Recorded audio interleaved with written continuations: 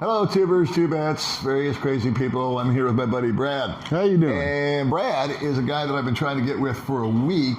He had a little mishap, and so therefore we were delayed.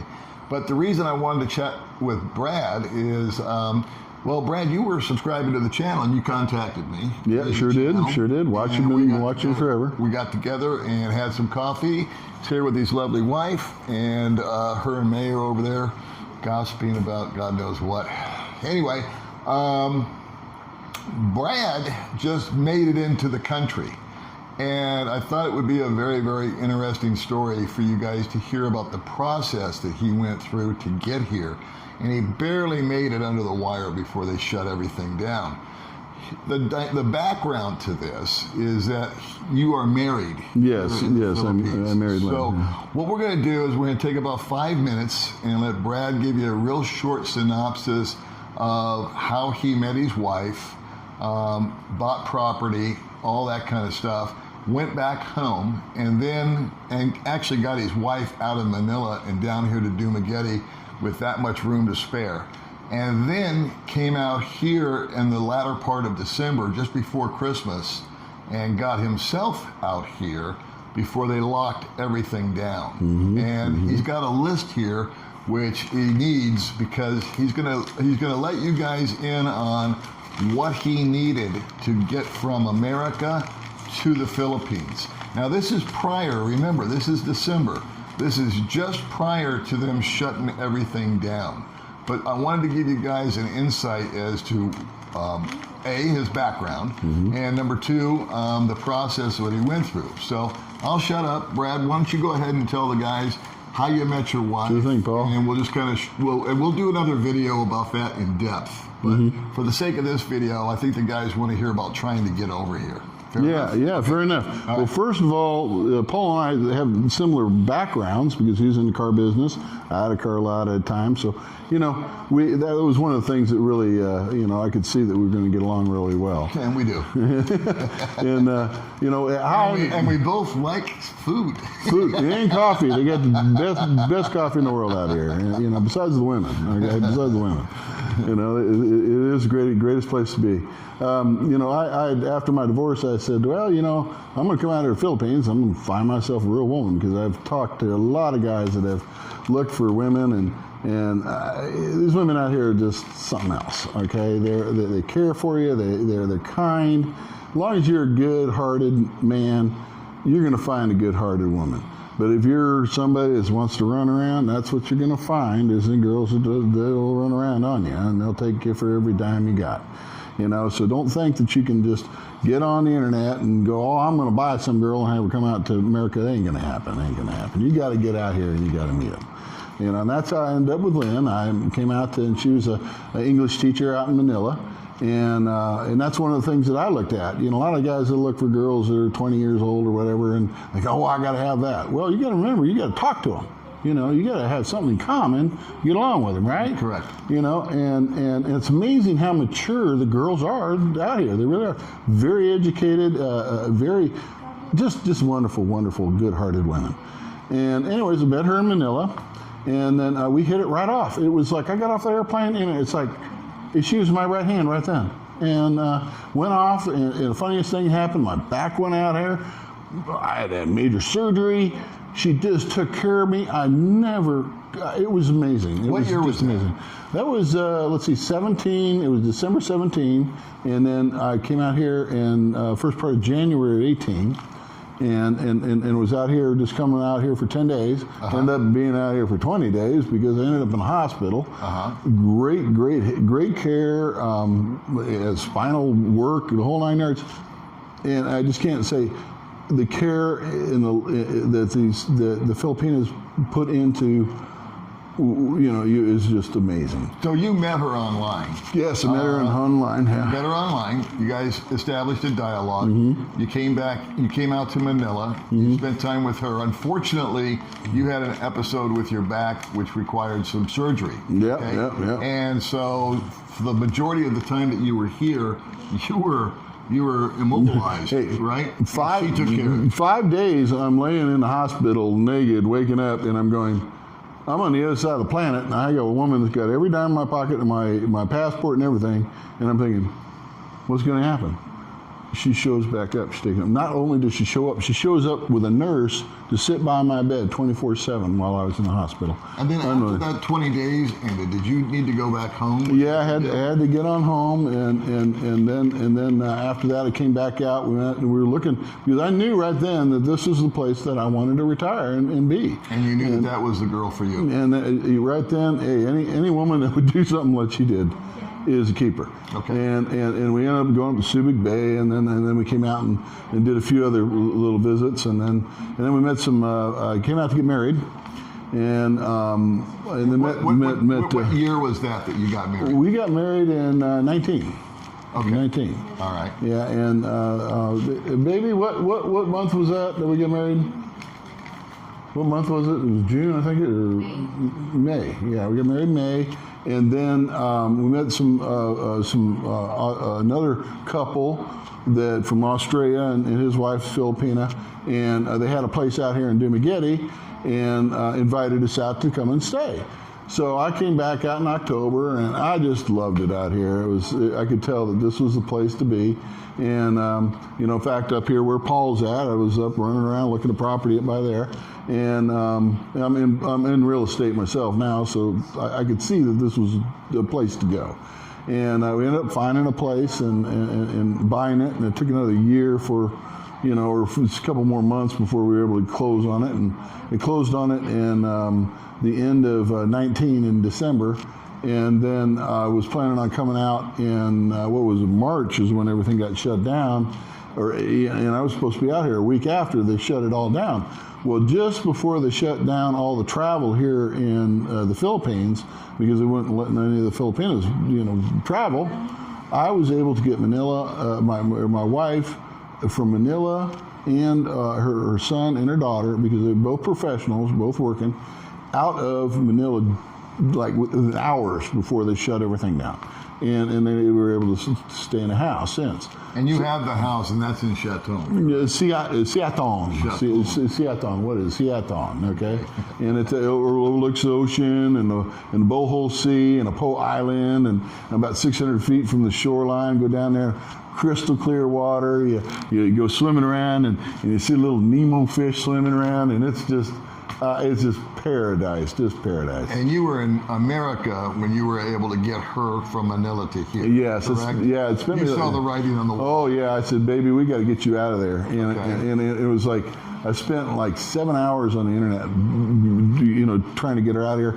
She ended up having to take a van up to Clark, and taking a flight to Cebu, and then landed over here in Dumaguete within an hour and a half of them shutting everything down. And then talk about your journey out here. Oh, it was fun too, because that was recently. Yeah, and they weren't letting anybody, but then they started letting spouses, and also if you had a Filipino child that lived here, and so, but I had to get a certified copy of the marriage certificate. That took some time. I finally got that, and I sent it off, and thinking I'm never going to get this thing, and I had to get that certified copy of that, and then I also had to get copies of my financials, my bank statements, so I could take care of myself. I had deeds that showed that I was on title with my wife out here. I also had to get send out credit card statements, show financial ability to make sure I could take care of myself in the Philippines, copies of my wife's passport, and a copy of mine. Also a letter from her, inviting me out, showing proof that she's out here. And then we had to go down and get a temporary certificate from the baby. What's that temporary certificate called now? Temporary acceptance. Temporary acceptance from the travel department, right? In the barangay that we live, and that's just a temporary, okay? And then I had to send all that stuff out, and pictures of us together and everything to the Filipino embassy with $30 okay, to get the visa to come here. under those conditions. Okay. And then I got it. I got the visa on like the 20th, and I flew out here on the 24th. On the 24th, Christmas Eve. So Christmas Eve, flew out and spent Christmas on the airplane with Santa. So Okay. I go zipping by the airplane. You see him go by? Yeah, I saw him. He's Okay. fast. Good old Santa. Santa, he's quick. You gotta love Santa. You get around the world and give him all the presents to all them kids. I don't know how he does it, but he's faster than them airplanes. I'll tell you what. He just Rudolph's out there lighting it up. It's something else. But anyhow, then we got over here. Then the fun started once you got here. Okay, we got here, and you have to be tested as soon as you get off the airplane, and you have to stay in a quarantine hotel in Manila till your results come back. Well, the results come back within 6 hours. Okay, well that's fine, but then you need to have the piece of paper signed by the doctor before I can travel to Dumaguete. Okay. I had to get that, and then I had to go to the police department to get police clearance in order to travel to Dumaguete. Okay. Needless to say, it took me 3 days to get that all together, and then we flew here, Okay. and they got off the airplane, and everybody's like in moon suits, and they're spraying you like a bug and everything else, and it's just, hey, what's going on here, So from there, we had to quarantine for 2 weeks. And it's just because you have a wife. And it just happens to be something that they just started. Everything changes daily, but this is what I had to go through. So fortunately, I got to quarantine with the wife. At home? No, at the resort. What was it? A hotel in Dumaguete. Dumaguete. Yeah. And Hotel Essentia. I think Essentia, it was. it was one of the nicest places here in Dumaguete at And the that's time. when you contacted me. Yeah, I called you, but I emailed you and let you know I was coming out and stuff, because, Paul, what you see here on this channel is what you get, okay? Sorry. I apologize. But that Essentia, it was pretty neat because up on the top floor, it was a dance hall and nobody's in there. And we're up there and we're dancing and playing games, and you can see all the, it wasn't so bad, Okay. So anyway, so you're locked up in the room for 8 days, and what do? Anyways, you haven't seen each other for 14 months. And finally, we get tested before we leave the hotel, and the results have to come in, and we have to get a signed letter from the doctor saying that we're cleared to leave.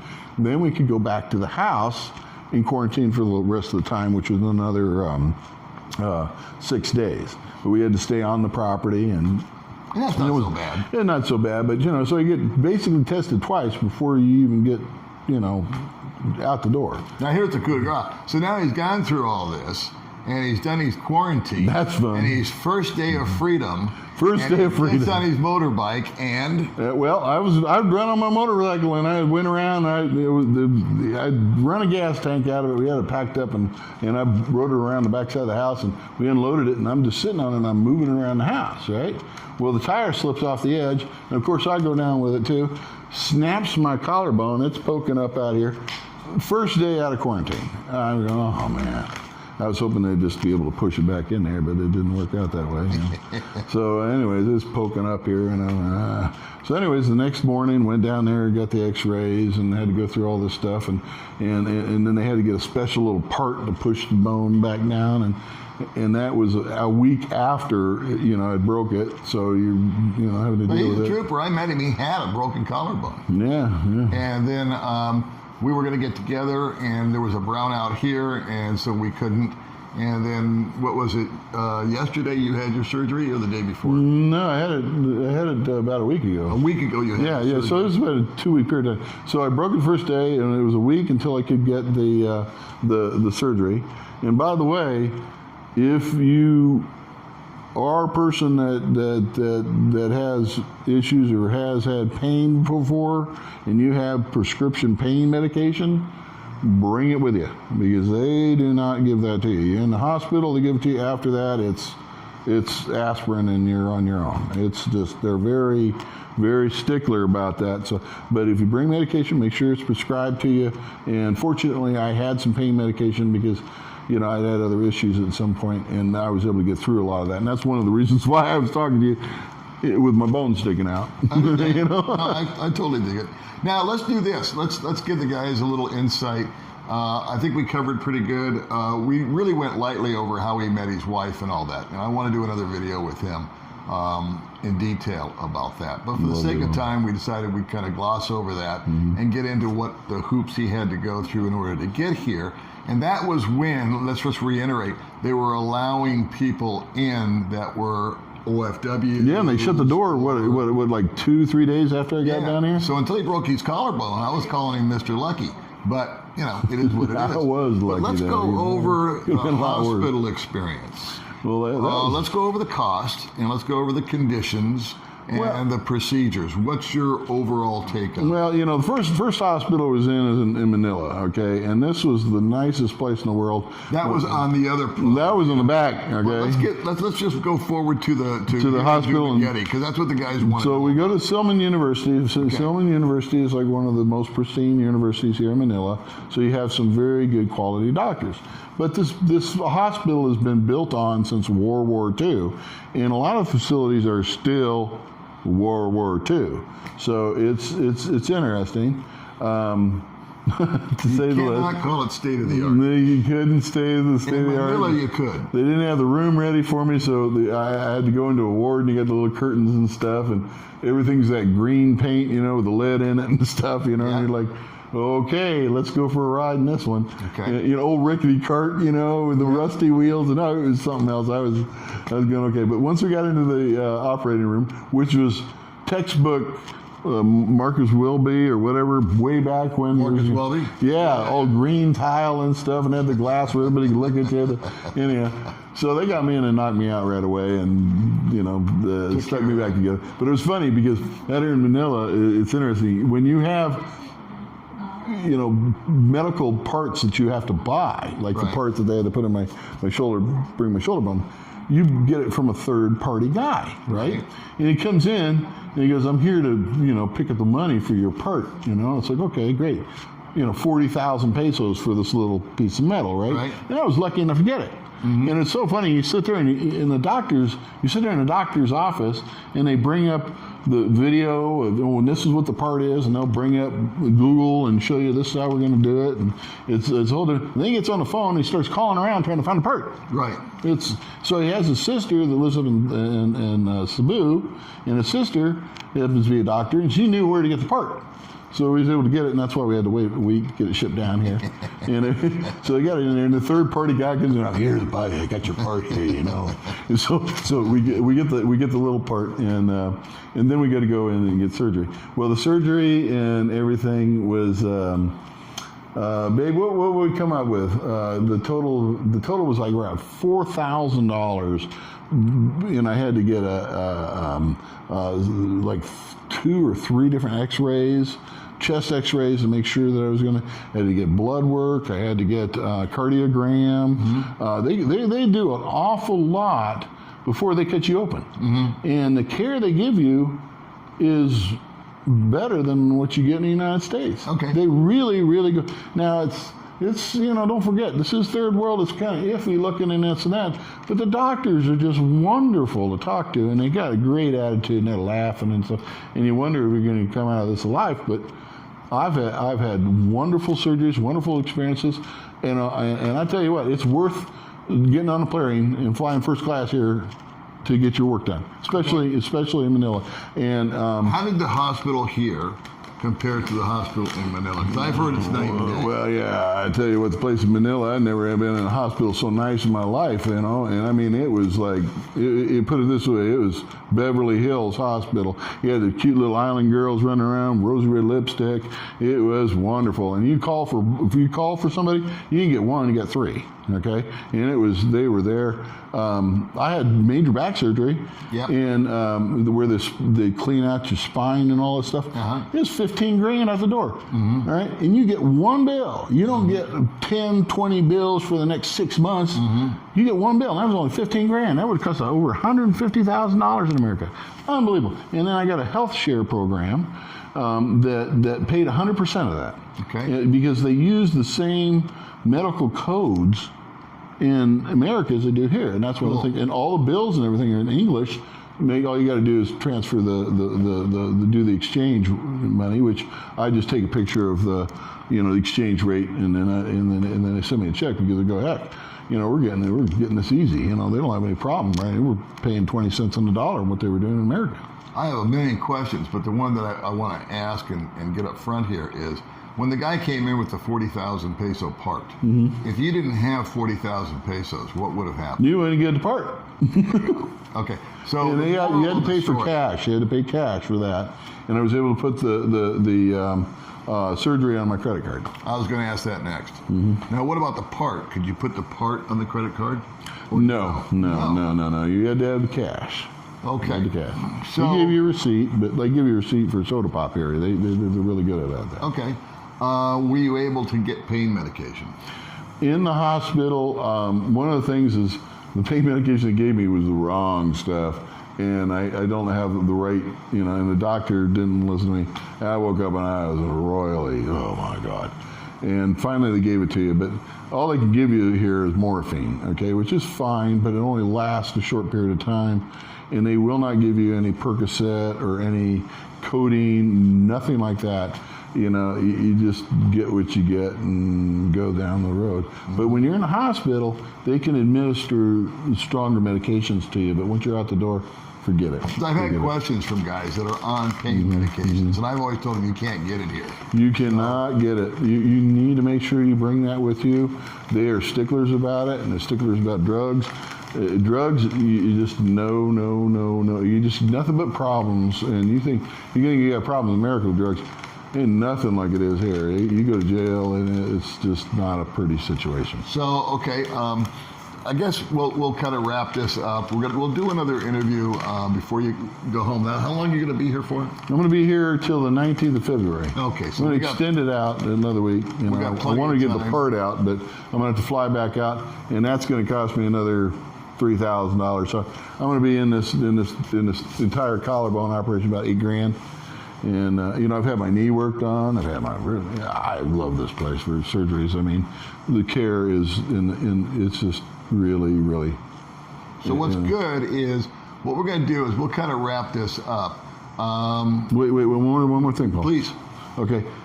If you don't have somebody that speaks the language standing beside you that's got half a brain, all right, it isn't going to be as easy. It'd be fine in Manila, but out here you're going to need somebody that speaks, what is it, Visaya? Yeah. Visaya. Yeah. To really, get you around and get you the right spot and that kind of thing. And I'm very thankful to my wife. If it wasn't her, I don't know what happened. I'd still be laying in the jungle in Manila dead somewhere.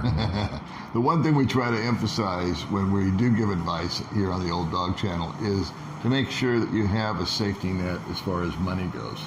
And have what you just talked about. If you don't have a girlfriend, have a friend. Someone that you can call to go get the money for you or loan you the money to get you squared away. Which I did. I had my partner wire out like $5,000 to me. There you go. Because you gotta have cash. It's not, it just nothing else works. So what we'll do is we'll kind of wrap it up there, and what I will encourage you guys to do is, since he's gonna be back on, is feel free to leave comments, okay, of what you would like to hear about. Now we can talk about how he met his wife. We can talk about real estate, getting married, buying the real estate out here, how that worked. More information about the medical, more information about the travel and when he's going home and what's going to happen there. So the next video is going to be kind of in your control. All right. So we will be getting together once again. I want to thank you for coming on. Thank you much. Thank you. I really enjoy information. These are the kind of videos that I like to do because I don't like to give advice, but I like to hear about it from other guys. Stories of guys that break themselves that have actually been there and done that. You know what I mean? As opposed to hearing about it and me trying to remember it and saying it. This is coming proverbially from the horse's mouth. This is the guy that's been there, done that. He's been here, he's met the girl, he's gotten married, he's bought the land, he's been in the hospital. And so if you guys don't have any questions out of that, I don't know what to tell you. So anyway, thanks so very much for watching. Thank you for being on the channel. Thank you very much, Paul. And we're going to go have a proverbial cup of coffee. You betcha. Talk to you guys later.